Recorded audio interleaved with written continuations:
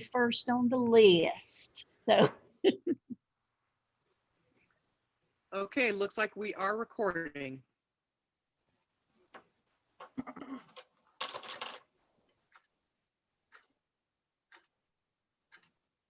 I think we're all set. okay, are you ready?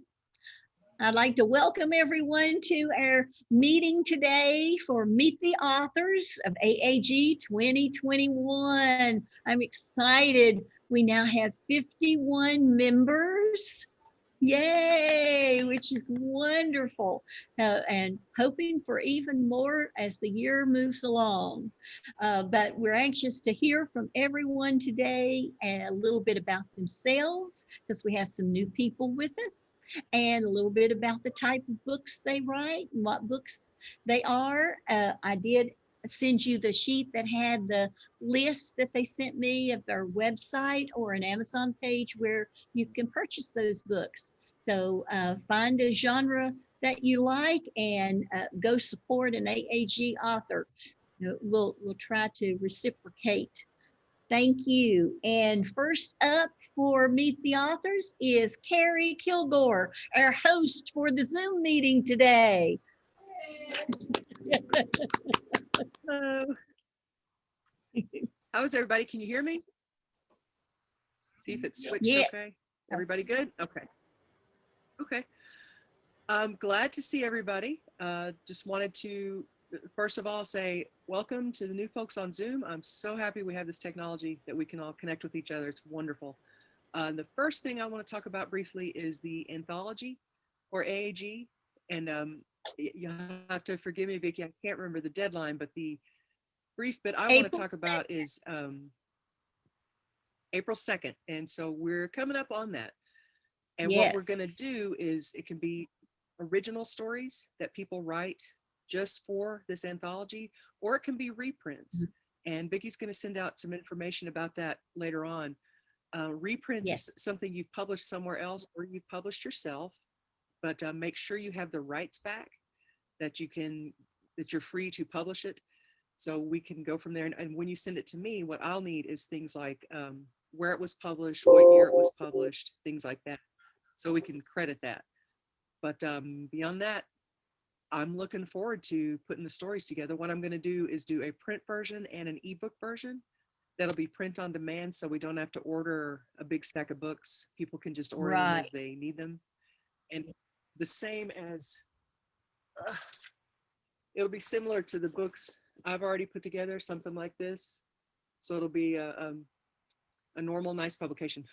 And we'll be able to list it up wide on Amazon, all different, not just Amazon, any other locations as well, especially for the ebooks. So that's just a couple words about that.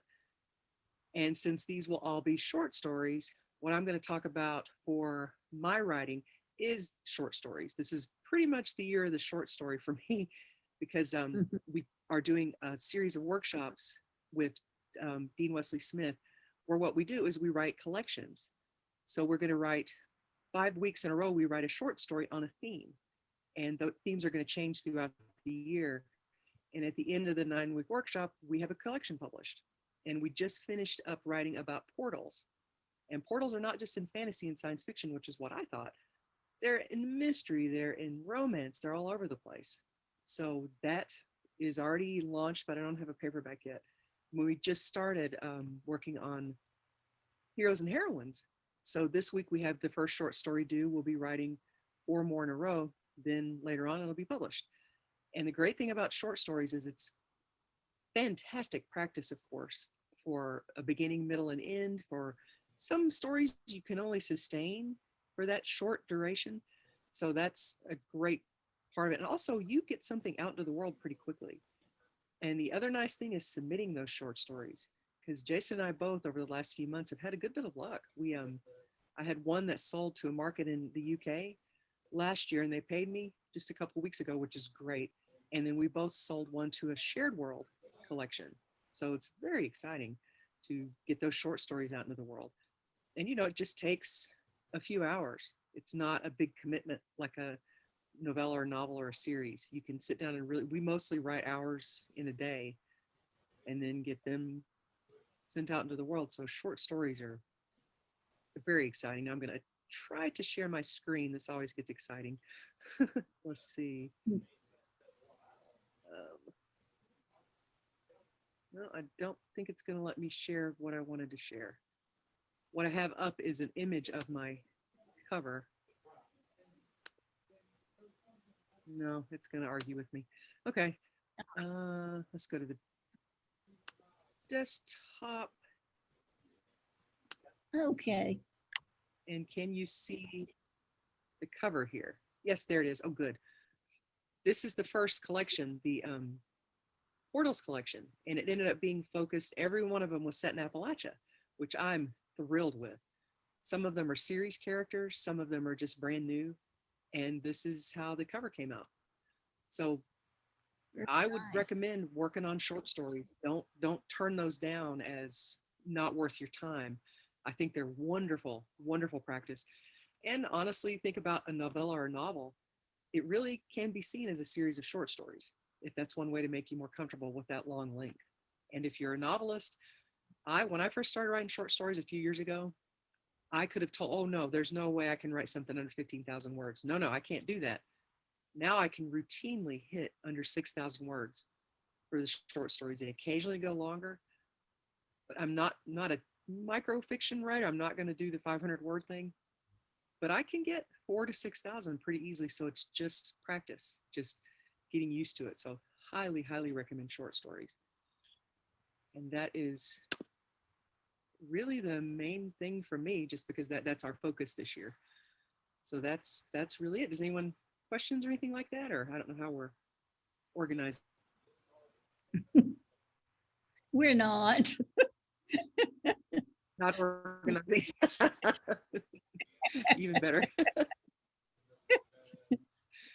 going to close InDesign here. And then we will be ready to hear from Jason. Okay, yes, Jason. Okay, now I'm going to turn the video down because I'm going to move the computer. I don't want anyone to get it dizzy. So just 1 second. I'm going to stop the video.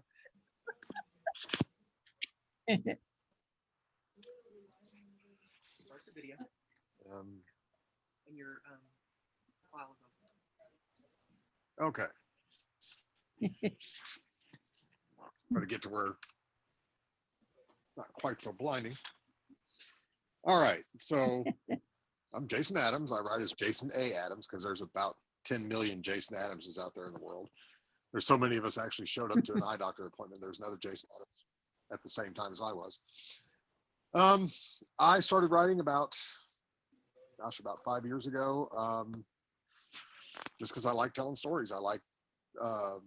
I've always spun tales and spun yarns and told lies. I figured I might as well get some of them down on paper and get them out in the world.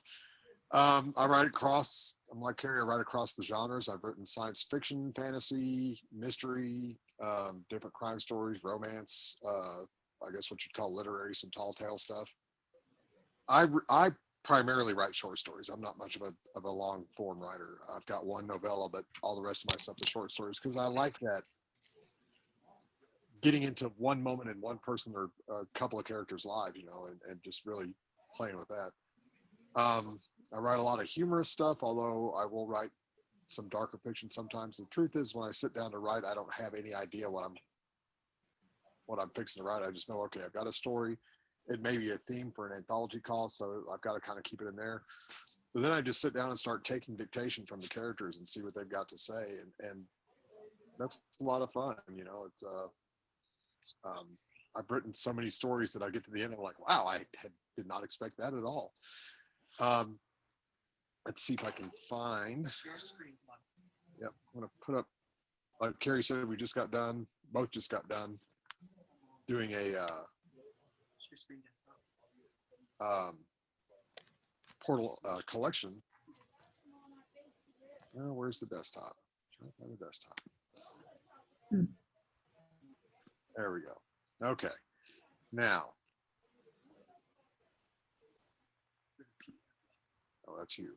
Where's mine? I see yours. Yeah. Hang on. I'm being backseat driven here, so bear with me just a minute.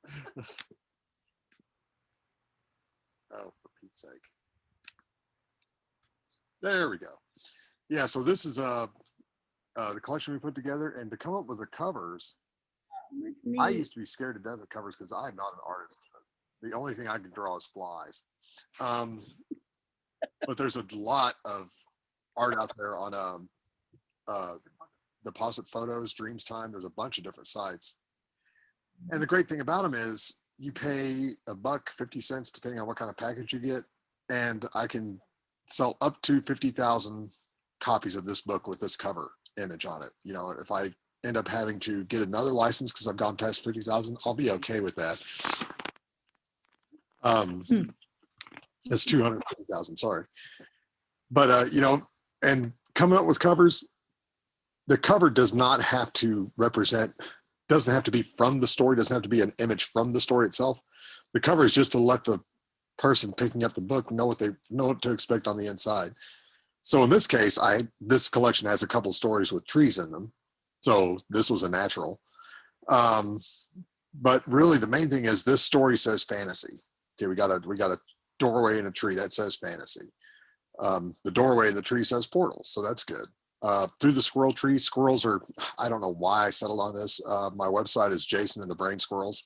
I always tell people, you know, my head, the whole ADD thing, it's like I've got a squirrel running in a cage inside my head. So my first collection was Tales from the Squirrel Garden. This one's Through the Squirrel Tree. You know, that we're getting ready to work on a heroic collection, Heroes and Heroines. So that'll probably be Heroes from the Squirrel Garden. Even though there's no squirrels in any of these stories, I don't know, but it's kind of a branding thing. It's fun for me, and it's a branding thing. You know, people know, okay, this is probably one of those books of Jason's. And Tales from the Tidbits from the Jasonic Story Well. Who knows where that came from either. But you know, the big thing for me when I'm writing is writing. I hear people talk about how writing is just, you know, ripping your heart out and throwing it on the page, you know, and you know, I sit there and I stare at my computer and I just hate myself and I hate my work. No, I write because it's fun. If it wasn't fun, I wouldn't be doing it. If I had to torture myself to write, I wouldn't be writing. I'm, you know, old enough now that I try to schedule my time around what I want to do, what's going to be enjoyable for me, you know, and writing's part of that. So if I'd had any advice for newer writers, it would be have fun. Don't sweat it. Don't worry about it. No, you're not Stephen King, and neither is Stephen King half the time. Just sit down, write a story that appeals to you. I write the stories I want to read.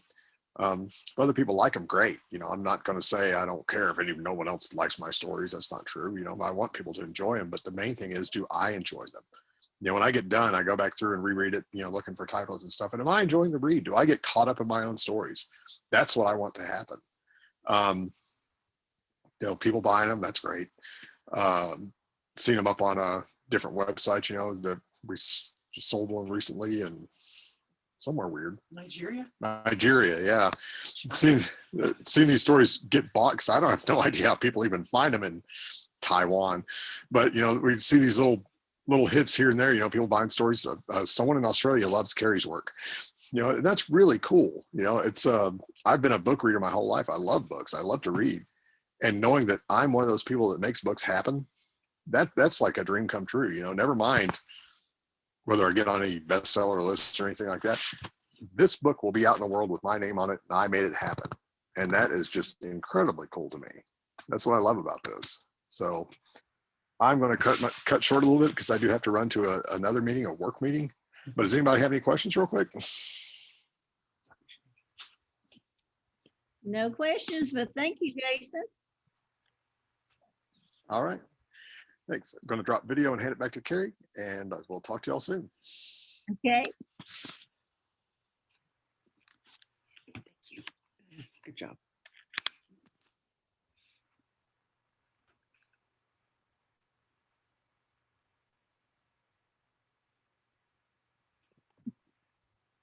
Okay. Next up is Miss Betty. Well, hello. I have one picture key graphics to share with you, but you know, I've written all my life. I did a short story collection when I was in the 8th grade, and I never had any great success when I would submit things. I have written things that newspapers would publish, but My most recent book is called Soldiers in Petticoats, and I've researched that title, and there were no titles on the Google search that I did. And then once it was published, and there's another Soldiers in Petticoats, and it was in England and about women serving in World War II. But my Soldiers in Petticoats were teachers, educators, and they were very interesting people. There's one named Sophia Sawyer, and that woman had a temper. She couldn't get along with anybody, but especially men, because she went to the mission field. Things were kind of rough for her back home. And when she got down there, they wanted to tell her how to run her classroom. And these were preachers. And she would challenge them. And this was in the mid 19th century. And a woman doing that kind of thing was just not welcome on any mission field. And so they kept moving her around. But the people who admired her were the Cherokees that she worked with. And when they went west on that trail of tears, she was waiting for them when they got to what is now Oklahoma and had a school set up, to teach their children. I think they thought she was brave, especially because she would stand up to men and say what she thought. But she, she was there when her very good friend John Ridge was murdered, stabbed in his bed and dragged out the door. And she took care of his family after that happened. And probably his son is her most famous student. But despite her, temper, I thought she was an extremely interesting woman and very effective in the classroom. Now, I found another woman named Emily Pruden back in the 1990s. I couldn't find out much about her, just her name, and that she had lived locally. Well, she was physically handicapped. She was deaf. Sometimes she would use one of those huge ear horns. And again, this was in the 19th century. She was pretty well educated, and her sister died in childbirth, and the brother-in-law asked Emily if she would take care of their two children, and so she did. And she raised the two. She worked at a newspaper on the side, and then her niece died, and she got an invitation to come south and be a house mother for these black children in South Carolina. And she went. Anyway, she would walk around all day because her kids were in class at that time and talk to people. And she decided that there was a need for a school and that she would start one, which she did. But it ended up that she started about 15 schools in North and South Carolina without going into debt, without asking for any money. And she taught in them, and she would have to travel through very challenging situations. Once she had to go through a stream so high that it came up above the horse's back, and she was sure any minute she would be at the bottom of the stream. So I consider her a very, very brave woman. The third one that I included in that group was a woman named Martha Berry, who is a Southerner and rather well known. But she started a school for poor mountain children, and she would not let anyone attend who could afford to. If a rich man wanted to send his children there, she'd say no automatically. And a man named Henry Ford liked what she was doing and built a lot of buildings on the campus for her. What he liked was that the students had to work. They didn't have anything given to them. They had to earn their education through labor. At any rate, those were my three soldiers in petticoats. But before that, I spent about 20 years researching segregated schools for black children, and I wrote School Segregation in Western North Carolina. Well, for example, I learned that there was a school called Anderson School which was only in existence because those kids could not go to a white school and the black school refused. They were the product of an interracial marriage, and they weren't welcome at either school. It's it's a fantastic history, but I also learned that in Western North Carolina, this would never happen in Virginia. They put all the black people on a freight train, open car, and shipped them out of town. They didn't want any black people to remain there. And there was a lot of violence, fighting that took place over this. As I remember, one person was allowed to stay behind because they needed him to do something in the community, so he wasn't shipped away. But anyway, I learned a lot of interesting things. Um, I have recently uh, been called on to talk about my book, The Brevard Rosenwald School. And I just came across it by accident. I am not keeping time here, but you stop me if I go over it. Okay, I was a substitute teacher for these old people in the forest. And one old gentleman had surgery and it was his first day back at work. And anyway, they were allowed to do GED or ABE classes, and I was there as their instructor. And they said, this is just like teenagers I dealt with all my life, this isn't a good day to do real work. And I said, well, that's fine. We'll just focus on oral history and you can tell me stories about your school days. I just pulled that out of the top of my head. Anyway, they all told some interesting stories. But these two black men told me that their little children had to get on a bus and ride 30 miles around rugged terrain to get to a school in another county. And I thought that was horrible. And I asked so many questions about it that they said, well, you better go talk to Mrs. Mills. She's about 98 years old. Well, Mrs. Mills was a lot more than 98 years old. She was pushing 100. But we had a great time and a great friendship, and she lived to be past 100. And she told me, that those gentlemen were wrong. Little children got to stay in the county. It was the bigger children, 8th grade and all, who had to go to another county. But they had such a fabulous school, and it was supported by Julius Rosenwald. Now, remember, in the 1990s, when I'm working on this, nobody knew who Julius Rosenwald was. I'd do a certain line of, sometimes I'd get 30 hits and it would tell me almost nothing, or the same thing over and over.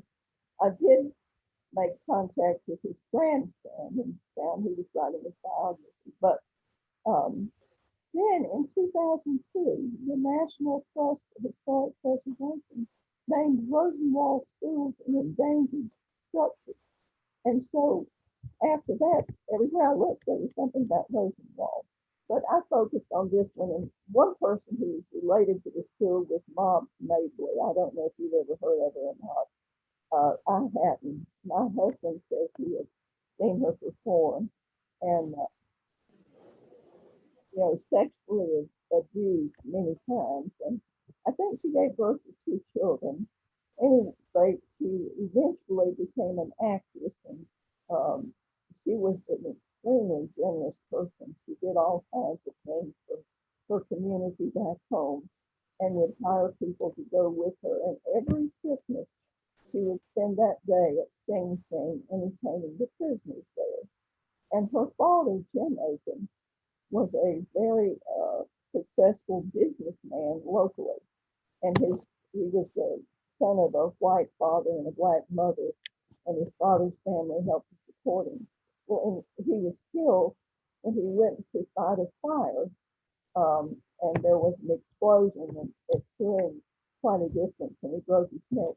On the day that that man's funeral was held, they closed all the businesses on Main Street in the town where he lived. And his service was held at the White First Baptist Church there. So he was a man greatly respected and very, very successful. Well, in 2013, he was added to a list of firemen who had their lives in fighting fires. So I thought that was a really good thing. I've written a novella years ago, and I've told it how I kind of get it take shape again, and I have a poetry chapter that I don't exactly know what to do with. I'm not a poet, but I love playing with words, and that's about it. Is that okay? Thank you, Miss Betty.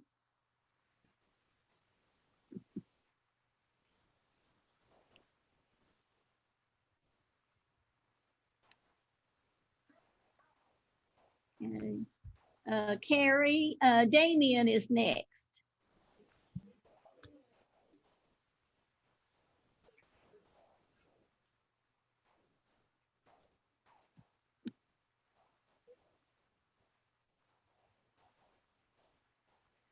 You should just be able to talk, Damien. That should pop you right up onto the screen.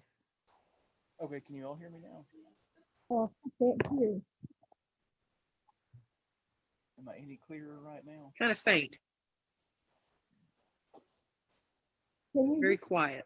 I'm not sure how I can get the microphone to work any better. Well, I am the newest member of the guild so far, and I'm very, very happy to be a part of everything. With my latest story that I wrote, it was an Appalachian fiction story, of course, as per the guidelines, and it introduced the gardener Yeah, family. we can't hear you at all, Damien. I'm not at all sure where my microphone is at, so I don't know how I can fix that. I'm going to mute other folks Okay. while you're See talking. if that helps, because we're not hearing him at all. Okay, can you guys hear me now? Okay. If you could go ahead and mute too, Vicki, that way we'll just give him as much airspace. And Damien, do you have any volume at all? You can turn it up on your computer or your speakers. Or anything? Mine. It's supposed to be. Let me see if this changes anything. Okay. I'm going to hit mute on you as well, Vicki, and I'll unmute you when he's done talking, okay? Just to let him have as much airspace as we can. How's that sound? Much better. Perfect. Thank you. Okay, good deal. Apparently I didn't have the internal mic turned on. I'm a genius. Okay, so I am Damian Matthews. I'm the latest member of the guild as per the contest for this year, so I'm very excited about that. With that story, I wrote about a new family that just kind of popped into my head, named the Gardeners. This is my first real foray into like localized Appalachian fiction, so I'm very excited to get into that.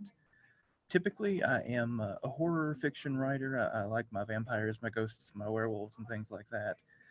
My latest novel, Moonlight, was actually released in December of last year. It is an Appalachian werewolf novel that takes place in the Smokies.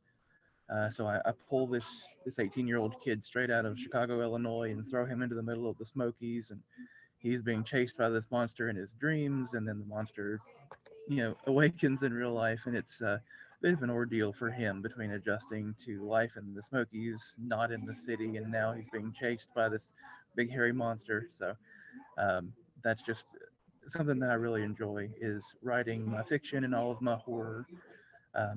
Right now, my current work is actually going to be a collection of pirate stories. Um, I'm sending my merry gang of swashbucklers all over the world looking for legends and myths. I think right now the one I'm working on is probably going to involve some mermaids or sirens, something along those lines. I'm just kind of feeling those characters out, and I want to send them anywhere and everywhere they can go. Um, Along with that, because I think I've talked to Carrie and Jason about this a couple of times, and any of you that know me know it's a little hard for me to only write one thing at a time. So I also have a sequel to Moonlight that I'm working on. I've got a few other short stories. I'm still working on more stories that involve the gardeners, several other things that I've got going on. But I'm just very, very happy to be a part of the guild and get into all of the fun stuff that you guys are able to do. I've worked with several of you before, but I haven't been an official member until this year. So it's a very exciting time. but I am coming to you guys from my classroom today, so hopefully that my lovely decorations behind me aren't too much of a distraction. Um, but now that you guys can hear me, do you have any questions for me right now?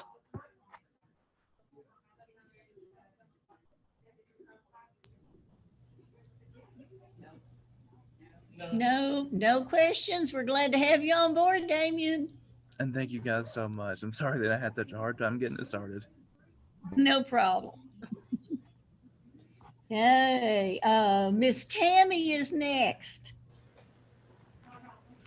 Okay, let me unmute my mic there. I'm Tammy Robinson Smith. I am a writer and lover of Appalachian women's fiction.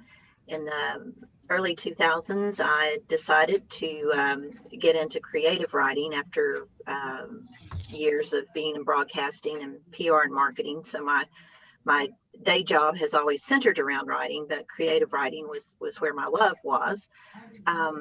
I actually started a small publishing company in the early 2000s, sold that a few years ago. It's a little company called Mountain Girl Press, and I was privileged to publish a lot of other lovers of Appalachian fiction, women writers of Appalachian fiction. So since then, I have been able to concentrate more on my own writing, and I published a book in 2019. It's called, I'll hold this up. It's called The Ivy Creek Sewing Circle. And it is set in the 1970s in a small town in Southwest Virginia.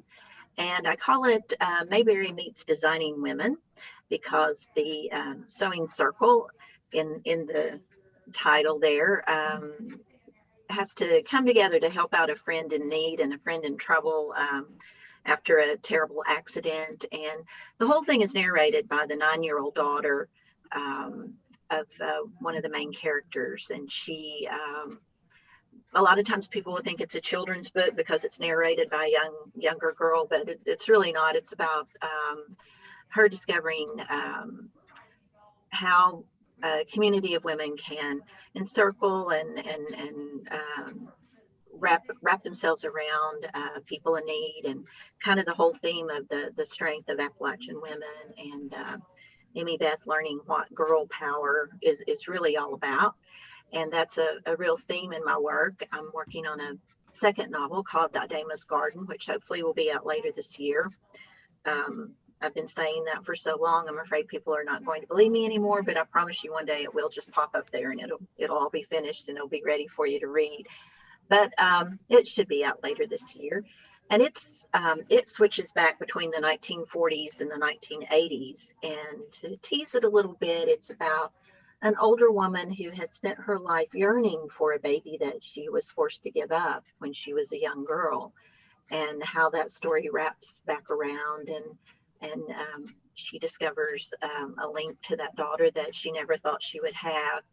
And just how family can be biological, family can be people who just love you and are there for you. So there's a lot of different things going on in that, and there's a little bit of a mystery in there too. So there's a murder and there's a mystery.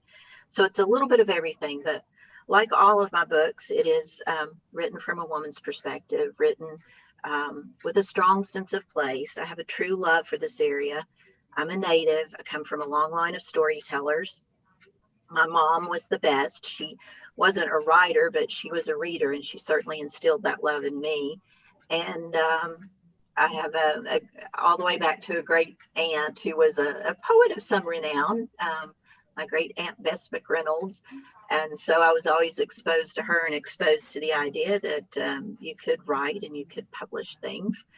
So writing's just part of who I am, and has always been. Like I said, I even have always made my living with words. Of course, then there's the danger there. I said sometimes my writing just sounds like a press release, but I try to make that switch back and forth between professional and creative writing. I do have a Facebook page. It's Tammy Robinson Smith Author. I would hope that you guys would check that out and follow me there. I'm on Instagram. I post a lot of things about sisterhood and girl power and the strength of women. Although I missed yesterday, I posted something on my personal Facebook page about National or International Women's Day, and I forgot to put it on my Instagram, but anyway, I thought about it. Like I said, hopefully we will be able to get back out and do some events and see each other in person later this year. In the meantime, my books are on Amazon. If you have Kindle Unlimited, you can read the Ivy Creek Sewing Circle for free. I also have a short story up there. And it's a short story about a bunch of sisters and what happens when one of them decides to move back to the old home place. So if you've ever heard that term, the old home place, you'll know what I mean. And otherwise, just check me out on social media. My email is info@tammyrobinsonsmith.com. There will one day be a website, tammyrobinsonsmith.com, but I'm even slower on that than I am getting my novels out. But hey, gotta love me. All right, any questions? If not, thank you. Thanks for the opportunity to talk. Thank you. All right, Miss Ellen, make your way on up. Oh gosh. Yeah, you have to sit in front of the camera. Okay, we're switching over to my people that are actually here in house at the incubator. So Miss Ellen Myatt will be the next up.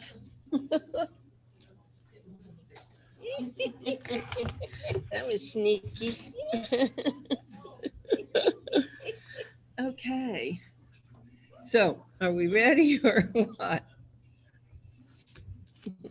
You're good. Okay, let's see.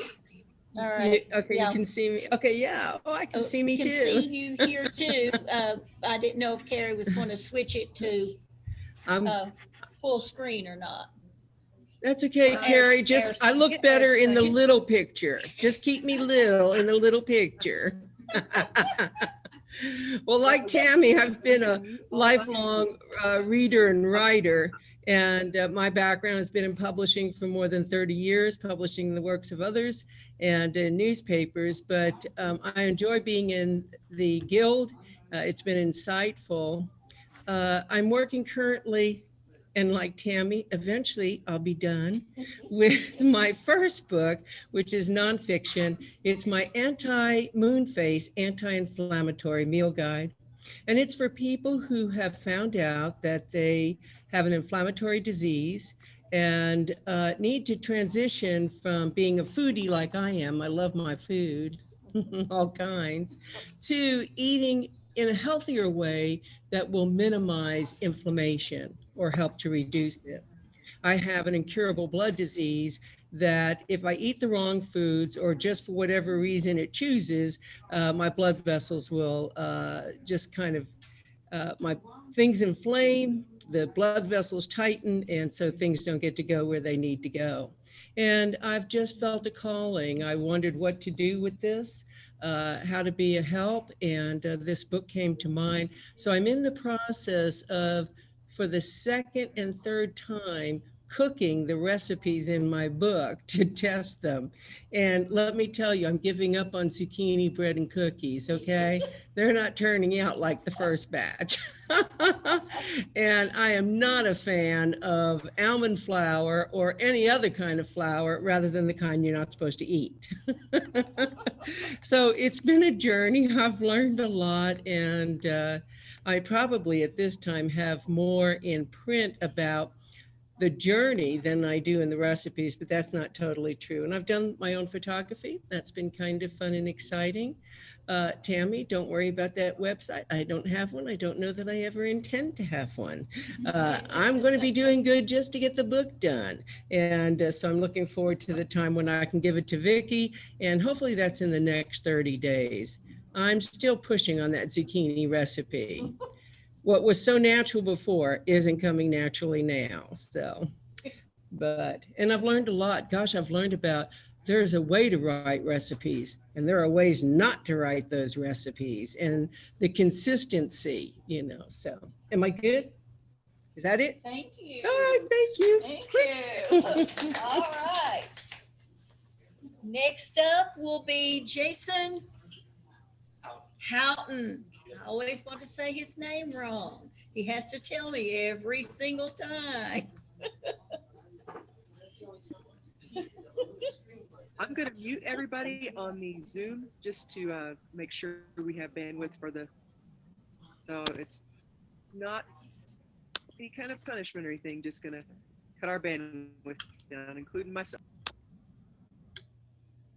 Okay. Tell me when. Is he ready? Okay. Hi, everyone. Thank you for having me. I'm one of the newer members of the group. I believe me and Emily joined less than a year ago. Really excited to be in this group. A lot of great writers. I've already started reading some of the books of our fellow Appalachian writers. I do have one printed book out there on Amazon. It is 18 Fools. It is a story about a dragon and a maiden trying to escape a horrible situation. Later this year, I'll be publishing Strange Brew of Franklin County. It's a story that takes place in a fictional Appalachian town, and it's a paranormal mystery. I guess you would classify it as a cozy mystery. It's not a life or death necessarily, but there is a mystery to solve. I've been writing now, focused on that since 2013, but mostly just developing my craft. And you can see any updates on me on jasonchoughton.com or my author page on Facebook, Jason Houghton Author, and that's spelled Houghton. Thank you. Thank you, Jason. Oral, come on up.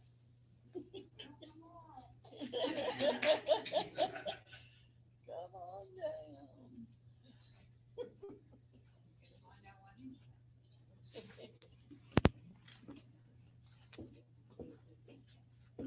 All right, Miss Carrie, are you ready? Okay, this is Oral Frazier. Hello, I'm Morrow Frazier. I guess I joined a couple weeks ago and I sent the application in. I enjoy writing in like speculative fiction. I love fantasy. I love science fiction. I'm not sure to focus on the crowd or the camera. I'm just going back and forth. See, I guess I started writing back in middle school. Gosh, it's been a while. My first inspirations were like, oh, McQuiet. I'm sorry. First thing I ever read, I remember, like really getting into reading was like the Lord of the Rings trilogy. Oh my gosh. Then I started reading stuff like medieval tales. I love Beowulf. Divine Comedy is a really good one. Of course, that led me to things like Lovecraft. I get into the darker, weird stuff. I love that stuff. And it really shows, I guess it really shows in my writing. Anyways, I have 2 books out right now. First 2 parts of a big series I'm writing. You can find them on Amazon. The first one's Rise of Lord Theragon. And I'm not sure what else to say. Oh yeah, I know the name. I'm just trying to think. I'm going through a mental checklist. I've been isolated for like a year because of the COVID. It's been just so nice to talk to people, new people, and see people. Don't feel bad. We all have. Yeah. Gosh, I would love to work with people, especially if you're into the fantasy stuff. I love writing stories I'd want to read myself. If I'm not entertained by my own story, I'm going to scrap it and start something else. I love world building. That's one thing I really like about fantasy. You just craft everything from the ground up. And sorry, I stutter when I get excited. I'm trying to stop myself.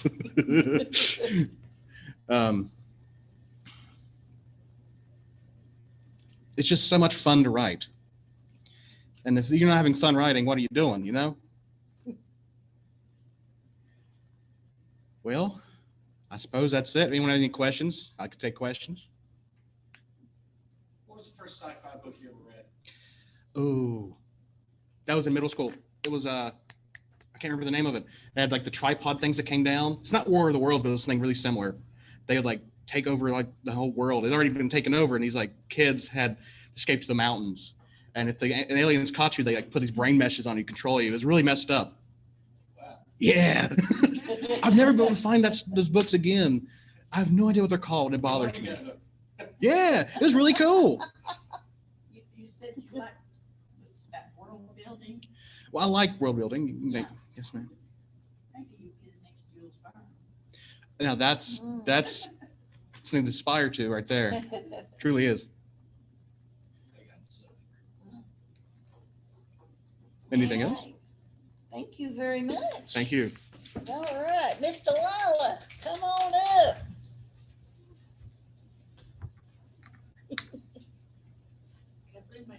Sure.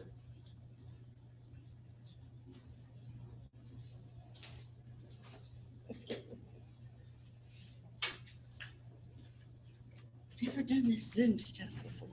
I know. It's a new one for us. Yeah. All right, Miss Carrie. Next up is Delilah O'Haines. I wondered what was in that slot up there. Okay, I feel like I'm talking to myself. It's weird. It's okay. Just talk to them. I'm Delilah. I was one of the founding members of the original AAG many years ago at Southwest College with Marianne Artrip and a whole lot of people. Some of you know me, a couple of people out there from the original group know who I am. I write everything. I've been writing since I was 3 years old. My mother was a songwriter. She actually had some songs put on record, and she got me into writing songs, and that got me into poetry, and then got into fiction. I love fiction more, but I've published everything. If you go on Amazon, you'll see that I do a lot of health stuff. Like one of our other group members, I forget what, was doing the inflammation thing. Yeah. My first book was on my cancer experience. It's for breast cancer and prostate cancer. And I'm planning to do a general health thing about natural healing because Big Pharma has nearly killed me several times. So I really have to watch what they prescribe for me. So I'm a health nut. So I'd like to do that. I always have at least a dozen projects going right now. I've got and a bunch of projects with other writers. Got a project with my church and several other people from other colleges. And I'm also an educator. So I tend toward nonfiction a lot with projects like that. This project will be Healing America. It's about epigenetics. You probably never heard that word, but it's fascinating. So working with that. I've got another project with, I've got several projects going there, nonfiction. But right now, let's see. I also do poetry. My first book was actually poetry, The Character of Mountains. You'll see that on Amazon. And I did one little Appalachian humor story book that started out as little short stories. And somebody said, you know, if you string those together, you'd have it's a novelette. It's not a long novel, but it's called Hometown Folks. It's my only humor book. I do throw in humor every now and then in all of my writing. So right now, I'm still writing. I finally finished that novel that I worked on. Those of you who know me, I finished it in 2017. I had been working on it since grade school. It's an Appalachian reality book that starts with my grandpa and his family. And it's got a lot of the reality of the mountains. And my grandpa half deputy, half outlaw. I'm serious. So, and my mother told me these stories, and Grandpa would tell stories. They were all storytellers. So I would write everything down. So I ended up with this tub of writing tablets with all this stuff on it. And I started about 30 years ago, actually writing it into a novel. And I didn't know where it was going, but it's big, and now it's grown into 2 books, maybe 3. So I followed the family through Prohibition, Great Depression, World War II, and maybe after that, I'm not sure. But I love working on that. So I've got 3 books right now out with publishers. I actually started a publishing company many years ago, Walk Free Press, and I learned how the publishing works. But I couldn't carry on with it with my health problems and still teaching. I taught for 43 years, 28 years of that. The last 28 years were teaching creative writing at a university in West Virginia. So I do a lot of workshops on creative writing. Hopefully I'll get to do one for this group. I've done workshops for this group before. So right now I've got my novels at a publisher's, and I'm hoping to hear about that, and got a book of poetry in a contest that I'm waiting to hear about, and a children's book. I'm not a children's book writer. I attempted several times in my early life, maybe another life, I don't know. But this one I really like and hope to find a publisher for. But I think that's it. And I'm retired now. I retired right after COVID hit, and I have been so bored. And the only thing to do is just throw myself into the writing and try to get stuff published. And if you've been there, you know what I mean. You know, now's the time to strike when the iron is hot. Any questions? Comments? Thank you very much. Miss Addie. No, no.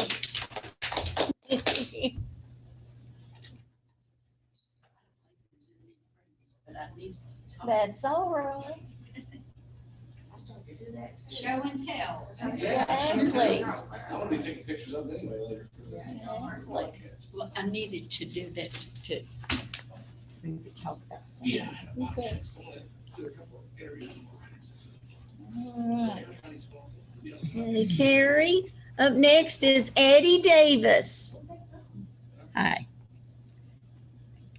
Gotta go ahead. Yep. This is new for me. I've tried it with church. Speak up a little Yeah. louder. I've tried this at church, and I've never had any luck with it. So I don't know anything about it.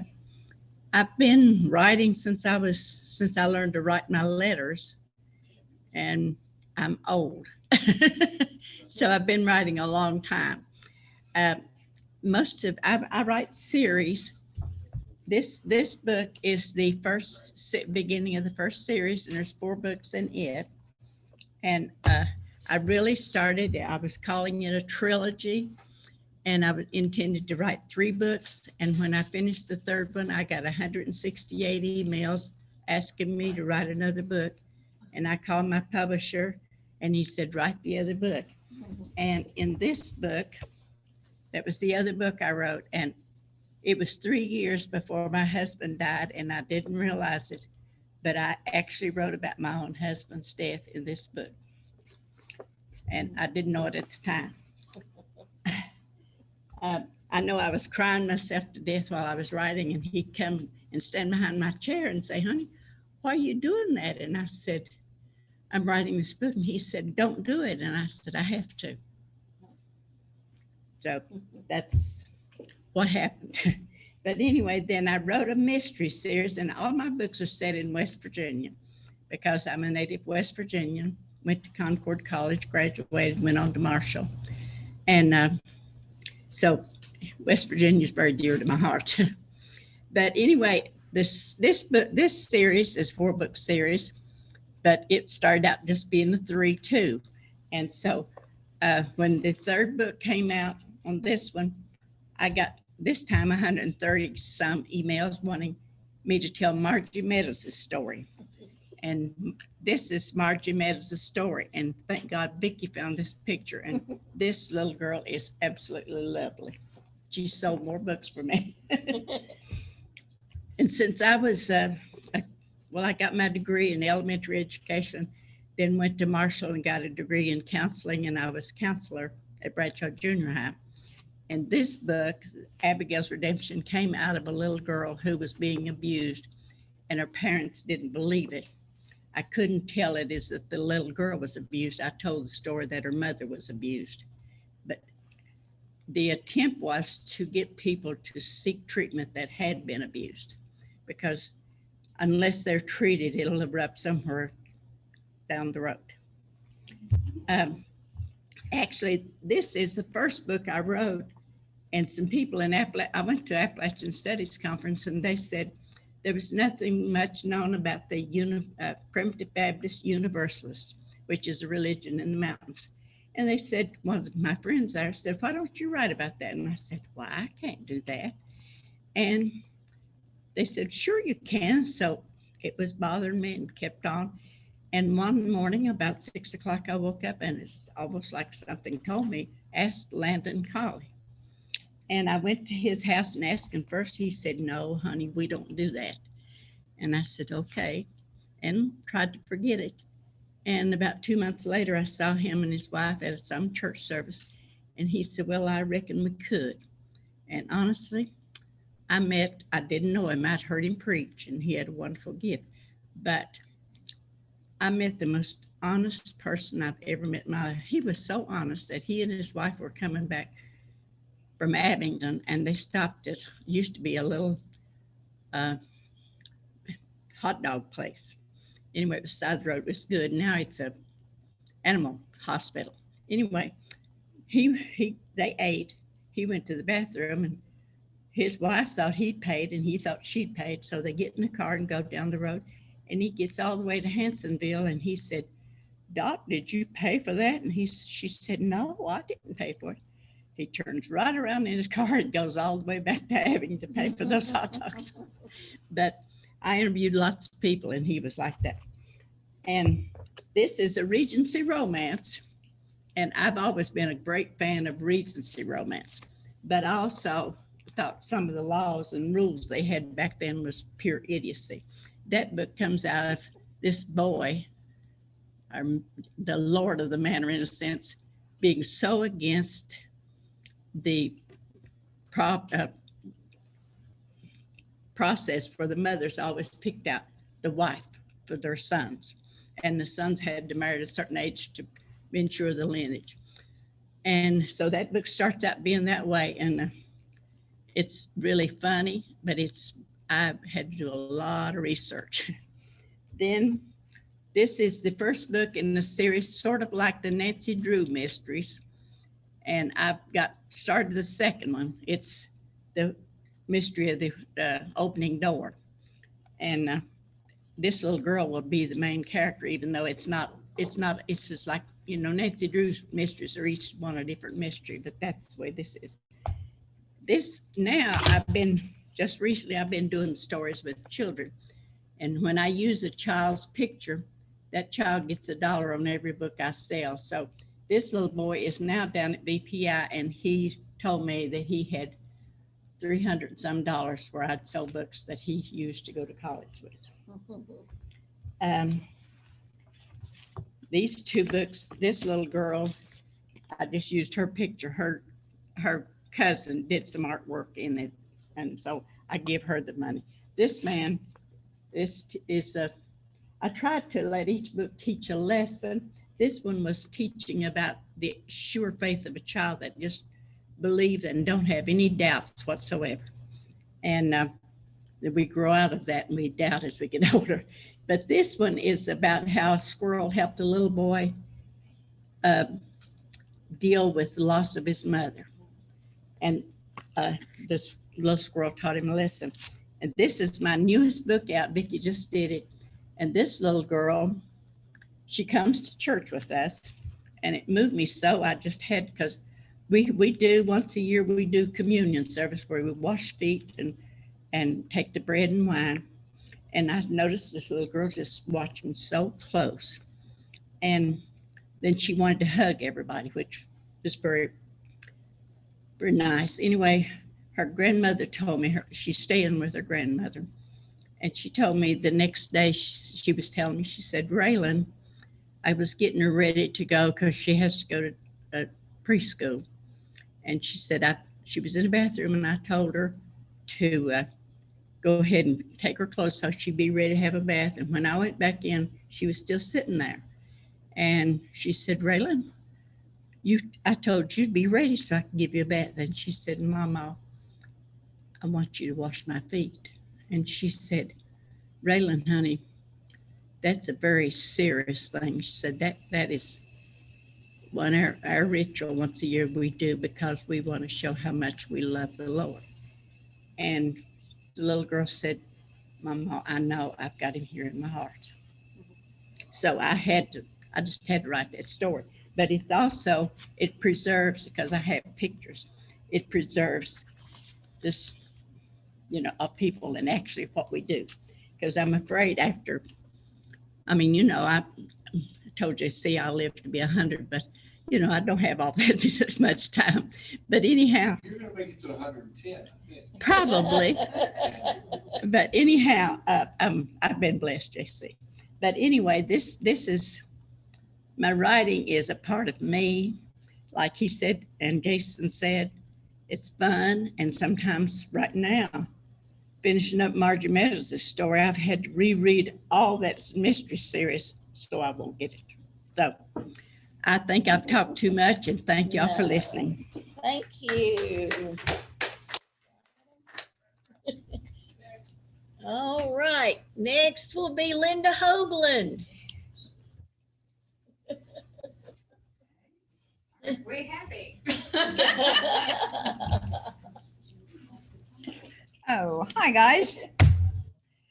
My biggest claim to fame is I write mysteries, and I love to write mysteries, okay? This is my newest one from Jan Carroll Publishing. It's called Snooping Can Be Regrettable. If I get on the stick, I'll have one called Snooping Can Be Unmarried soon. I got to get on the stick to do it. This one is one from Vicki's publishing company. It's called Dangerous Shadow. It's the 6th edition to the Ellen series. Each book is standalone, so you can read that book anywhere you want to. But I enjoy, Ellen is, my middle name is Ellen. So you can pretty well figure out who Ellen is in this book. Okay. I also write poetry, and that seems to be what I'm getting published the most lately. For God knows why, but that's what I've been doing. And this is my most recent contribution to the poetic world, and it's called The Last Time and Other Poems. And I've been very happy with it. Now, I will tell you, I live in an area of the country where poems are not big sellers, okay? But that's okay. I still do them. I also do short stories. I do a lot of short stories, and I do get them published a lot. So much so that this is my 3rd collection of published short stories. And I do enjoy doing them. I have a 4th one that I can put together if someone will push me a bit. Same way with the poetry. I have a lot. Yes, push. And that's it. I do like short stories probably more than I do anything. And my most recent contribution to the world are stories that are not quite of this world. And I never used to do those. But I have 3 short stories in this. It's called These Haunted Hills, Book 2. And it's all ghost stories, and I love to do them. And whether they're true or not, every ghost story has a truth in it somewhere. So I do that. And this is the first one they did. This is the first original Haunted Hills, and I have 2 in that one. So I enjoy doing these things, and I will continue to do them. If I get pushed a bit,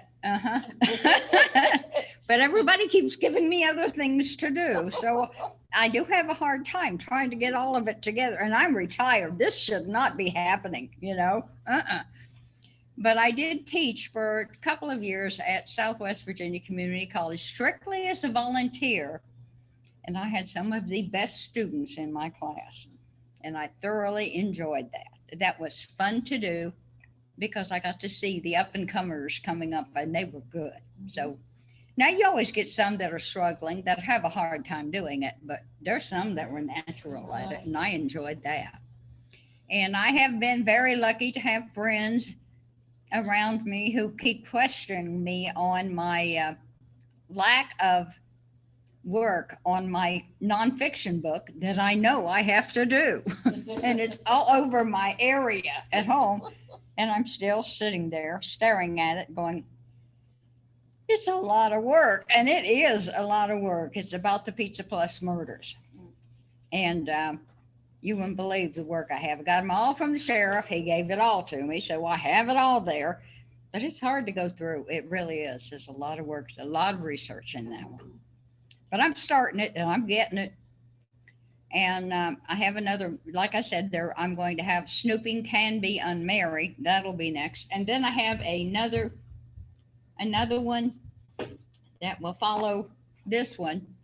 I haven't given it a title yet, but oh yeah, I have. It's called Stillwell. And it's about a small town in Southwest Virginia. So it's about the lady, her name is Ellen, who lives in that small town. I'm not going to tell you who Ellen is, okay? Ellen's done a lot of things in her books, except for one thing. I haven't killed anybody yet. Yes. I have come close, but I haven't killed them yet. Now, does anybody have any questions? You can find me on Amazon, Jane Carroll Publishing, or my website, lindasbooksandangels.com. My angels are the Afghans I design and make. So you can see those on my website too. And they're all over the place. People are great. Yes, they're beautiful. Come on up, JC. You spelled his name wrong, by the way. Oh, did? Look at Schweingruber down there. Oh. Yeah, I left out the CH. Yeah. See, I didn't even notice. I can't even spell See, it. and I know how to. I just left it out. All right, Miss Carrie, JC Schweingruber is next. All right. How you doing, Carrie? Good. See, How now you you're doing? thinking, Good to see you. good. You're wondering, like, who's this bald? See this background? Now, I don't normally wear sunglasses. Everybody was looking at me in here like, what the heck is he putting his sunglasses on for? So let me tell you, you will know this, and so will Jason. You remember a band called Timbuk3 back in the 80s? Future's so bright, I got to wear shades. And the video background looked like the white coming through, like just meshing through like some really cool Tron type thing. So that's why I put these sunglasses on, just to see if it would do that. It is the back, but it's pretty cool. So maybe my future is bright and I put on these shades. And so everybody's looking at me like I'm kind of half dumb, but they know I am. All right. So again, my name is JC Schweingruber. See how the gray comes out in the goatee on this? Look at that. That is so cool. So anyway, now with a name like Schweingruber, I can barely spell it. She misspelled it on my sheet here today. And I can't expect anybody that reads a book to actually spell that because it's a worst kraut name in about 4 counties. So I write under the name Cyrus Alderwood. It's much easier to spell. I didn't bring anything for show and tell like the other ladies did. They did great. I just want to say, we have so many talented writers in this group. It is really impressive, isn't it, Vicki, that we have people, so many different genres and backgrounds that come together to write. And it's great to be a part of this guild. And not only that, but just when you come to these meetings, even whether it's Zooming or whatever, just challenging each other to be a better writer with the writing prompts that we do and the functions that we have. I'm actually going to be doing one in June, right? On comedy writing. So if anybody wants to show up, I'll bring the shades. You know, I'll wear all white, so I just look like a bobblehead bouncing around on a screen. So this is going to look really good on YouTube. But anyway, just a little bit about me. I started writing in the year 2000. My first book I wrote was a horror novel called Grave Legends. Actually, at the time, it was called Legends and Landmarks, The Night Walker. And that's a very long title, and it sucked. And everybody that read it said the title sucked. So I thought, well, the title sucks. And the book cover sucked too. I found that out. The story was really good, but it took me like 20 years to rewrite the story because after I got a few books under my belt, it sucked. So I went back and I rewrote it and I reissued it out. It's called Grave Legends, the book that took me 20 years to figure out how to write. But since then, I only meant to write one book because everybody wants to write a book before they die, right? So that was my goal. Like, I didn't know if I was going to get hit by a bus on the way to the bar. I don't know, right? So I wrote one book, and that turned out to be a 4-part series. And the other 3 I pulled off because they sucked. And I've done rewrites. Actually, they're pretty good, but I'm doing rewrites on them because the stories held up really well. And so after that, I started kind of cutting my teeth doing some other things. I got challenged to write some short stories as a part of the guild. So I have 2 books out that are short story compilations. One is called Dark Places, and the other is called Bedtime Stories for the Terminally Afraid. Pretty good title, I thought. It was pretty clever. I patted myself on the back for that one. Anyway, so those are compilations of short stories. And then I kind of started to, because of some things going on in my life personally, I decided, you know what, I gotta start transitioning and writing a little comedy. So I wrote my first comedy called Pot of Gold, where I sort of made fun of my whole situation in life. And then kind of, it's kind of good to laugh at yourself. So that's rule number 1 when writing comedy. You'll find this out if you show up in June, is laugh at yourself. It's pretty therapeutic, actually. So I've got that book out. Then I wrote a compilation of short stories called Tales from the Sunset Pub. Those stories aren't necessarily true. I wouldn't claim they're true, but they are based on a group of savages that I call friends from Cincinnati. So true savages, yes, on the landscape of America. Then I started writing a comedy series called The Gonzo Chronicles of Barry Dick, Supernatural Sleuth. And that's kind of, if you like the X-Files, and I know some of you guys do, and Carrie, I know you and Jason probably are X-Files fans. If somebody gave me a bottle of scotch and said, hey, go write your version of the X-Files, that's sort of what happened. Maybe not with the scotch, but I'm just saying that's sort of what happened. So anyway, my website is cyrusalderwood.com. I have about 10 books on Amazon. They're all on paperback and Kindle. And I've got the second part of Grave Legends, book 2, I'm re-releasing finally after 17 years since that one. And I should have the third of the Gonzo Chronicles out this year. And I do have a little podcast I do for fun on the side. So you can follow me on social media. I'll post all that stuff up. And I will shut my mouth now because we got Vicky, the president of the guild, coming up. So thank you all very much. Thank you, JC. It really does look Tron-like. I like that. I really love that.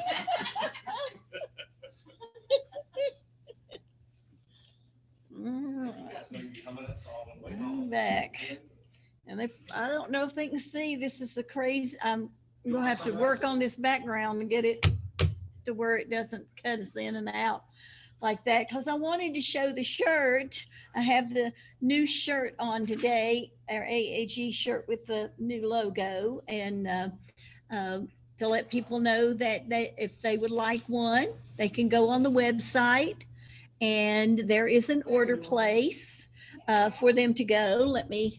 No, it's not going to let me show it because the shirt's white.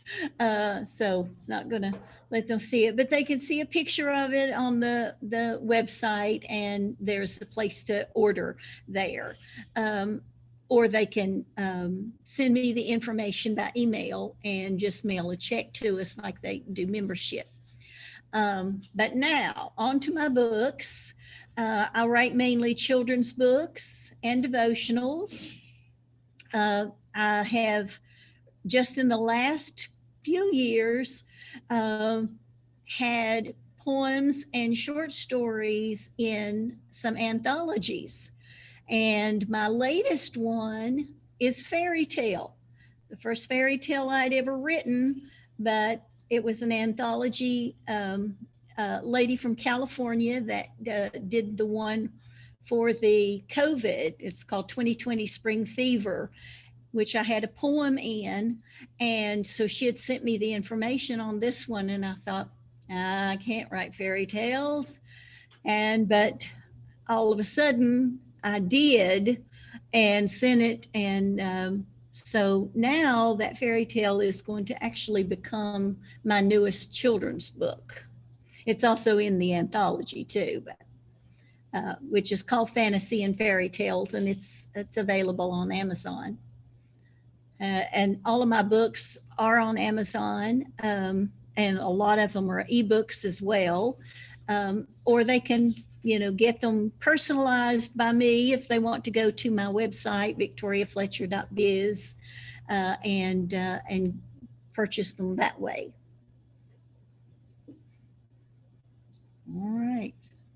Any comments, anything from anybody before we get ready to sign off? Yeah, nice job on membership building this year. I know you've had that as a main goal. Thank you. And it's great to have so many people there. I am really excited. We have 51 members now, and among those, 9 brand new people. And congratulations to Damien for writing such a great piece. Yes, he did. Well, we had several really good entries. It was a very hard decision for that, but we're so thrilled for Damien for winning that and being part of the guild now.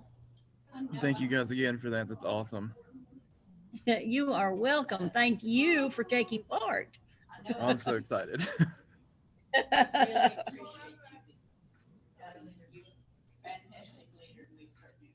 Thank you. I appreciate that. All right, Miss Carrie, I think that finishes us up. I just thank everyone for coming and being part of our Meet the Authors. It was great to see you. Even if I didn't get to see you in person, at least I got to see you and hear from you.